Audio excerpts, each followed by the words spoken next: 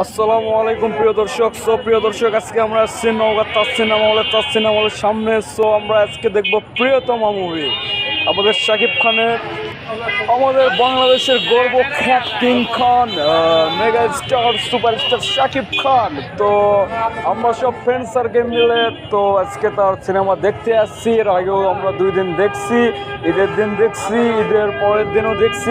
আজকে ঈদ হয়ে প্রায় 9 দিন, আজকে দিয়ে 9 দিন চলতেছে। তো তারপরে আজকে যেমন ভিড়, ডিসিতে আমরা টিকিট কাটছি, তো ভিতরে তো যেয়ে দেখে হাউসফুল। তো আপনাদেরকে একটু ভিডিও আমরা দেখাইতেছি, আপনারা একটু দেখেন।